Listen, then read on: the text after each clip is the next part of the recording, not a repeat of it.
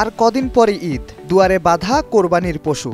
শহরে একদিকে যেমন কোরবানির আমেজ, অন্যদিকে সড়ক ও নদীপথে একদল মানুষ প্রস্তুতি নিচ্ছে গ্রামের বাড়ি যাওয়ার। এত সব আনন্দ এক মুহূর্তেই পণ্ড হয়ে যেতে পারে যদি আবহাওয়া অনুকূলে না থাকে। পুরো জুনের আবহাওয়া কেমন যেতে পারে তা নিয়ে একটি বিজ্ঞপ্তি প্রকাশ করেছে আবহাওয়া অধিদপ্তর। সেখানে বলা হয়েছে গত এপ্রিল মে মাসের মতোই বৃষ্টিতে মগ্ন থাকবে জুন মাস। পাশাপাশি আরও বলা হয়েছে অন্তত দুটি লঘুচাপ তৈরি হবে বঙ্গোপসাগরে, যার ফলে ঈদে যারা নদীপথে যাত্রা করবেন তাদের ভেতর বিরাজ করছে শঙ্কা।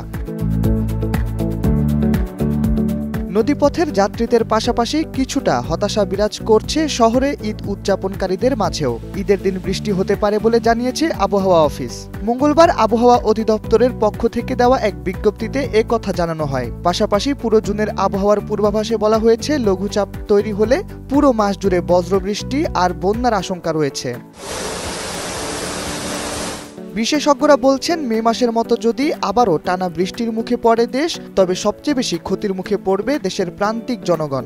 পাশাপাশি দেশে ঈদুল আজহার আমেজ বিরাজ করায় আবহাওয়া নিয়ে আরও বেশি শঙ্কা তৈরি হয়েছে। কারণ দেশের নানা প্রান্ত থেকে এখন অনেকে কোরবানির পশু বিক্রির আশায় খোলা আকাশের নিচে অবস্থান করছে।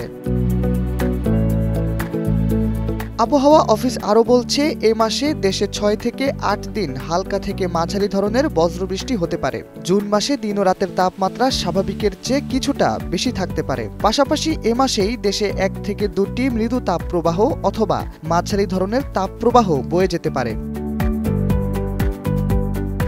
মে মাসে বঙ্গোপসাগরে তৈরি হওয়া নিম্নচাপটি স্থলভাগে উঠে বাংলাদেশ হয়ে ভারতের আসাম, মেঘালয় গিয়ে দুর্বল হয়ে পড়েছিল। এর প্রভাবে কয়েকদিন ধরেই দেশে এবং ভারতের সীমান্তবর্তী রাজ্যগুলোতে অতি ভারী বৃষ্টি হয়েছে। এতে বাংলাদেশের অভ্যন্তরে কয়েকটি জেলায় বন্যা পরিস্থিতি তৈরি হয়। শাহরিয়ার আহমেদ, সময়ের আলো।